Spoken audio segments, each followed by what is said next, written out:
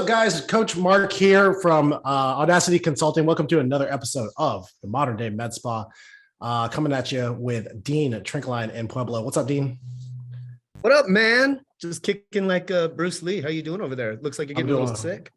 Yeah. A little under the weather. We are rocking and rolling. We're also, or might be joined by Charmaine Trujillo, also in Pueblo, Colorado. Having some tech issues. We'll see if she can join us on this episode.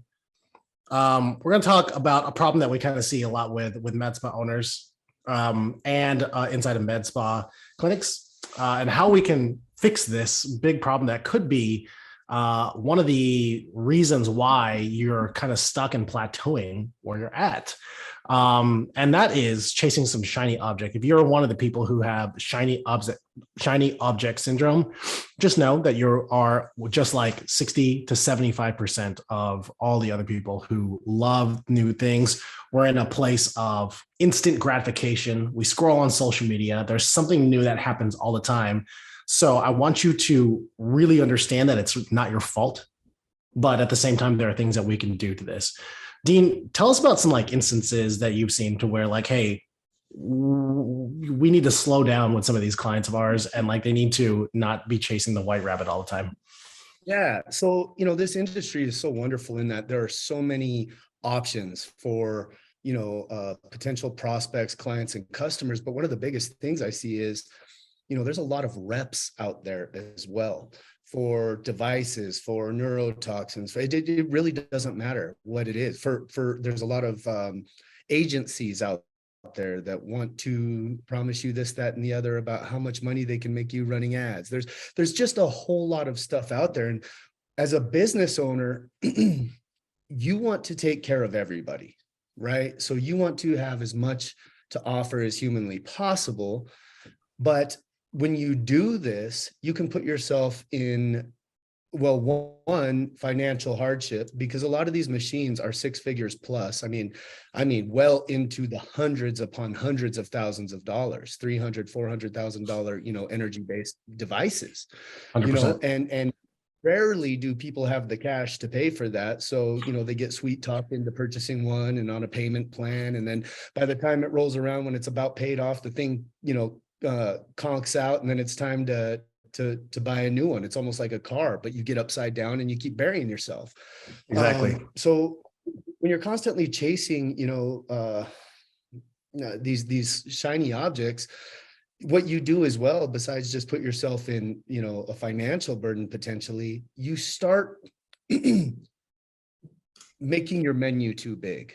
Right. So you might not be specializing anymore. Now, when people come in, you have all this stuff to offer. Takes 90 minutes to 120 minutes to go through all of your stuff. If they don't know what they're in for, you don't know how to guide them that way. And you really limit yourself, because if it's like the old saying goes, and I don't know how many people are football fans out there, but if you have 2 quarterbacks, you don't have 1 quarterback. Right. Right. This is kind of that same principle. Exactly. We started brainstorming a few things that we often see, and another thing that we see is like different like marketing techniques, right? So they'll try like Facebook advertising, they'll try TikTok ads, they'll try all these things, and basically just throwing shit at a wall until something sticks. And the problem with that is, while you're experimenting, you're finding out what it is. What works for one person may not work for everybody else as well. You have to find the one thing that you're really good at. There are people who have a ton of personality. They're super energetic. They're super extroverted. And then they are really good on TikTok and Instagram and doing that kind of marketing, versus somebody who is a little bit more reserved. They just want to get things done. They're very caring. Not to say that these are polar opposites or mutually exclusive, but the fact that they are able to maybe take a more introverted approach and maybe like write things, or maybe to put different kinds of advertising out, that really kind of suits you. So it's almost like, hey, how do we do this? And you really have to look at yourself first as, hey, which marketing channel should I be doing the most? For someone like Charmaine, she's relied on a lot on like her Google reviews, her blogs. A lot of that stuff is like that organic traffic that comes in. And now TikTok is kind of taking over, because she's hilarious, number one, and she likes to have fun. So talk about how that's worked, Char. I think again, I've tried everything. I've built my social media from way back and 10 years ago when it was all organic and, it was a free for all. Things have changed a lot with like the algorithm. But really, having the avenue of Reels, Instagram plus Facebook Reels, and then TikTok has really, I feel, for my office, it's helped. But again, like you said, I mean, I'm authentically me. I don't try to be anybody else. I mean, what you see is what you get. So that has helped me with the TikToks for myself. I'm not so sure like with any other business, but truly just be authentically yourself, and whatever you're gonna attract who aligns with you. So exactly. And like along with that is like it's what you do well, and you don't need to really be chasing any other rabbits right now. No. A lot of people will say, oh my gosh, I'm having a little bit lower of a month, and maybe throw a discount out there, or throw like this wild special that they just simply just don't need to be doing, instead of just being better at what they're already doing. And that's the hard part for people to understand is you don't need something new. You just need to do what you were doing, but better. Right. And it's just truly, it all boils down to just be authentically you, and give value, be trained enough and be confident in your service and your skill set to convey to people that, like, let's do this, let's get you in. So that's all it is just being yourself, truly. Exactly. Yep. 100%. Dean, what else? I think when you're looking at this, you have to look at the other side too, right? So if we're going to look at what not to do, we need to look at what to do. And to get away from chasing the shiny object or being so tempted to do it, you have to realize, like you were talking about earlier, what is it that you're good at? What is it that you are infinitely good at that you can keep doing or do better? So you're not constantly worrying about chasing a shiny object. Who doesn't worry about chasing shiny objects? People who have their shit together, people who know where the hand is that feed them and they don't fucking bite it, So I think there's something to be said about being a specialist in this industry. Like I said, we've worked with people where we've really had to reel them in. They have all this shit to offer, but because they have all this shit to offer, they just basically have no shit to offer because it's all over the place. So what we have to do is really reel it in. One, what do you absolutely love doing? Two, what are you impeccable at doing? And three, what do your people love you to do for them? Bundle that together, figure out what it is, and push that one thing and leave the shiny shit alone. That's exactly right. I think that when this is almost like beginner stuff as well. It's like you choose a niche, you do things that you want to be known for. You have the services that you're like, hey, I'm really, really good at these things. But then they're like, oh, I need more money. And you do this and this and this. And all of a sudden you have all these services. You're like the Cheesecake Factory of restaurants where they have like 12 pages of food. You know what I'm talking about? Right. Versus, like, hey, you're really good. I'm really good at oysters or fish or whatever it is. You know what I mean? Like, you want to be good at the one thing and be known for that. If you have everything, then you're out of place. And that's the byproduct of chasing that white rabbit. For sure. And that's one of the mistakes I made. I wouldn't actually say it was a mistake, but that's also for myself. Like, every time I listen to a client, like, I have my demographic, I know what it is, and I listen. And so we provide that service. For me as an individual and what I specialize in and what I love to do, I had staff that I would want to hone in on the other stuff, but it's so hard again. And this will circle back to, I think last episode of us saying the owner wearing too many hats.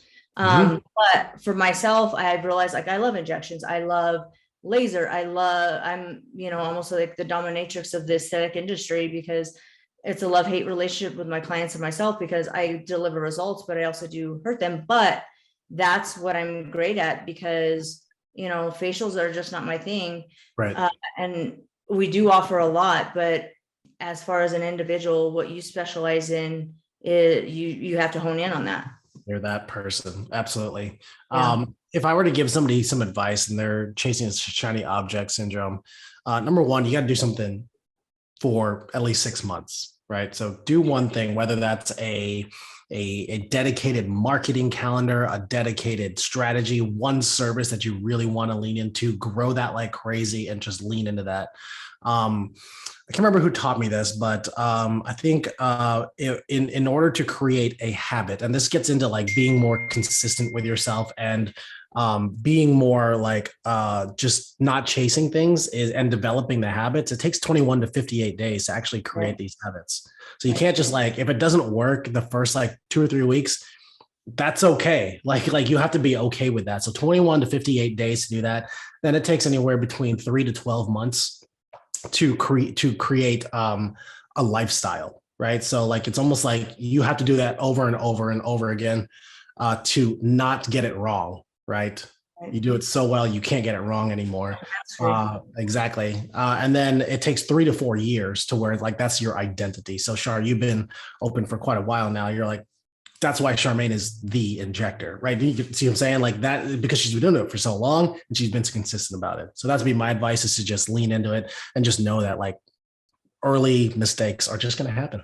If they are, and it hones you in, but it's also like, what is your passion? Like a lot of people, I think in the industry see the money, they see the big shiny lights and whatnot, but truly what you're going to do best for your client, how you're going to be able to do best for your client is what you're passionate about is, and just specialize in that, educate yourself and you're going to be able to not chase the shiny objects because you know you're so great at that particular service. Yeah, 100%. Yeah, you know, and just to lean in on that a little bit more, because I like to, you know, when I'm thinking about who might be watching or listening to us, not everybody can understand the language that we speak sometimes. So when I'm thinking about this, you know, about the passion thing and about keeping the main thing and really honing in and focusing, and back to what you said, Mark, go ham on one thing for 6 months. It doesn't mean that that's all you do for the rest of your life, right? But I think it's easy. The way you can figure the one thing out that you really want to do is also what Charmaine said, with passion. But to go a little bit deeper than that, it's think about something that you would be willing to do for the next 10 to 15 to 20 years, nonstop. And if you don't think you could do it for that long, whatever that one thing might be, that's probably not the one thing you want to start with, right? So start there. Like Charmaine, for example, she started with teeth whitening. That was her one thing. You know what I mean? I'm sure that she always had, I'm sure she always had, ambitions to go above and beyond that, but she dug in, she went ham on it, and that was her thing. She got going on that, then boom, add another thing, do another thing, boom. Now, you know, some of the med spas we work with, they have big teams, anywhere between, 4, 5, 6, you've got med spas that are owners that have multiple med spas. There's obviously more that you can do, but even with ones like these, they tend to overcomplicate and they still chase the shiny object because the one thing that they're good at, they're not going all in on. Exactly right. We wrote down a few things here. So we talked about devices and chasing those and getting new devices because the rep told you that you could make millions of dollars with this. We talked about different services because, again, someone came in and said, hey, if I'm speaking your language, just raise your hand. You don't have, no one's watching. That's all right. And then also like ads, doing different specials that might sound good, but ultimately just like lower you to the bottom because you're now a freebie place or a discount med spa. But no one wants to do that. We actually wrote that one down. Groupon. Groupon's a really good one that when people need that dopamine boost or something like that, they go with Groupon just so they can see some sales come in, discounts, rewards, points, etc. So if you're one of these people, just again know that it's okay. A lot of people are like this, and it's really about just like how do we course correct and how do we stay true to what we're doing. That's exactly right. Exactly right. Great job today, guys. Anything else on chasing the shiny object? Yes, and this is important. Probably the most important thing. Don't do it. That's exactly right. All right, guys, that's it for this episode. We will see you guys in the next episode. See you.